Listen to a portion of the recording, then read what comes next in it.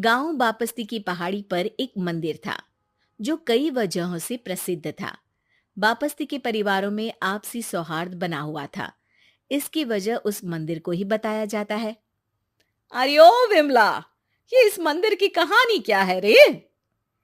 अरे ये मंदिर इस गांव के लिए बहुत ही शुभ है। अरे शुभ तो है, तो फिर भी लोग इस मंदिर से दूर क्यों रहते हैं? ये इतना वीरान क्यों रहता है?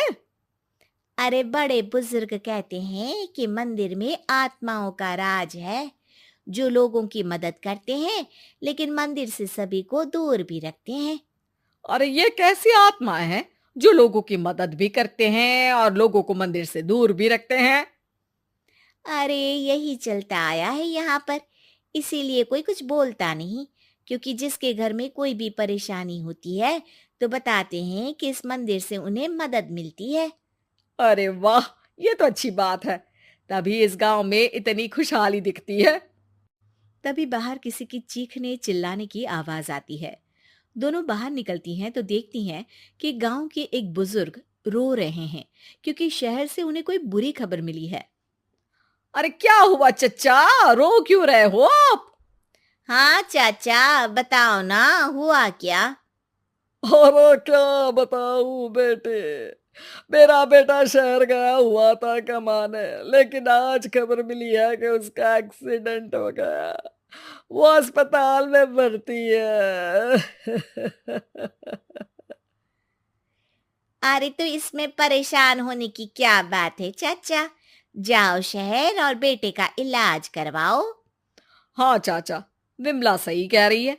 आप शहर जाओ और इलाज करवाओ। और कैसे इलाज करवाऊं? अभी पैसे नहीं है, और शहर के अस्पतालों में इलाज का खर्चा लाखों में आता है। अरे चाचा, भगवान पर भरोसा रखो, कहीं ना कहीं से मदद जरूर मिल जाएगी। बस आज का दिन कैसे भी काट लो। अरे अब तो बेटा थोड़ा समय काटना भी मुश्किल होता जा रहा है। देख कमला, तू ही समझा चाचा को। अरे पैसों का कहीं ना कहीं से इंतजाम तो जरूर हो जाएगा। अरे चच्चा, जब विमला कह रही है तो थोड़ा उस पर भी भरोसा रखो। चलो आपको घर छोड़कर आ जाती हूँ। उसके बाद कमला उन बुजुर्ग को लेकर चली जाती है और विमला मंदिर की ओर चली जाती है। विमला मंदिर की सीढ़ियों पर चढ़ते हुए दूर से नजर आती है। उसके बाद वो आंखों से ओझल हो जाती है। उसी रात उस बुजुर्ग के घर के बाहर एक थैला रखा हुआ मिला। बुजुर्ग उस थैले को देखते ही चौंक पड़ा, क्योंकि उसमें 5 लाख रुपए रखे हुए थे। वो बुजुर्ग सुबह दौड़ा दौड़ा गांव के दूसरे बुजुर्गों के पास गया। और मंगल भाई सुनो, मेरे घर के बाहर ये पैसों से भरा बैग रखा हुआ मिला है। अरे किसका है ये भाई? अरे भैया, मुझे क्या पता। तभी उधर से कमला और विमला निकलती हैं। अरे बेटा सुन तो, देख ये क्या रखा हुआ था मेरे घर के सामने। कमला और विमला हैरानी से देखती हैं। अरे वाह, देख विमला, तूने कहा था ना कि कोई ना कोई मदद जरूर करेगा। अरे भगवान सबकी मदद करते हैं, ये पैसों की मदद भी भगवान ने ही भेजी है। और क्या। अब चच्चा सोच क्या रहे हो, शहर जाओ और बेटे का इलाज करवाओ। ठीक है बेटियों, जो तुम कहो। चलो निकलता हूँ शहर, बेटे का इलाज करवाने के लिए। अरे विमला, एक बात तो बता, ये इन्हें मिले तो कैसे मिले पैसे? अरे मैं ना कहती थी कि ये मंदिर सबकी मुसीबतों में मदद भेजता है। अरे वाकई बड़ी पुण्य आत्मा है मंदिर में। सो तो है, लेकिन उनके बारे में लोगों को कम ही पता है। अच्छा, और तुम्हें क्या पता है? अ, जितना पता था वो तो बता दिया। ना रे ना, मैं नहीं मानती। तू कुछ तो छिपा रही है। अरे कुछ ना छिपा रही, जो पता था वो बता दिया। मंदिर से लोगों को मदद मिलती है, बस इतना ही पता है। ठीक है बाबा, अब नहीं पूछूंगी।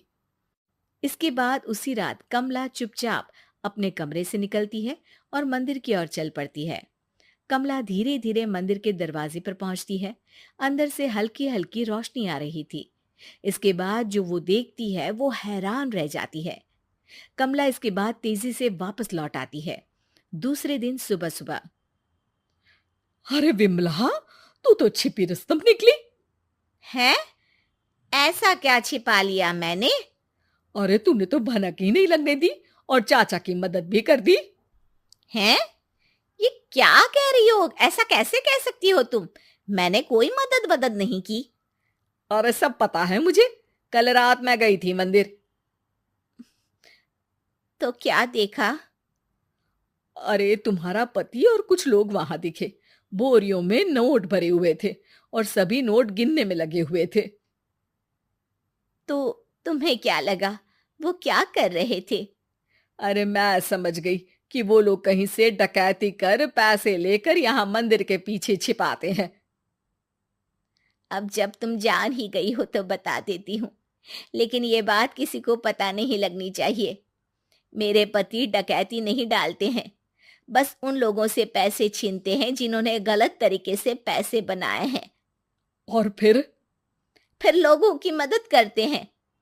यही है वो पुण्य आत्माएं जो लोगों को मदद पहुंचाती है। अब समझी?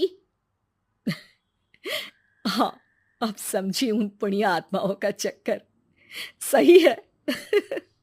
करते रहो मदद, लेकिन सावधानी से, मेरी तरह कोई और ना पहुंच जाए।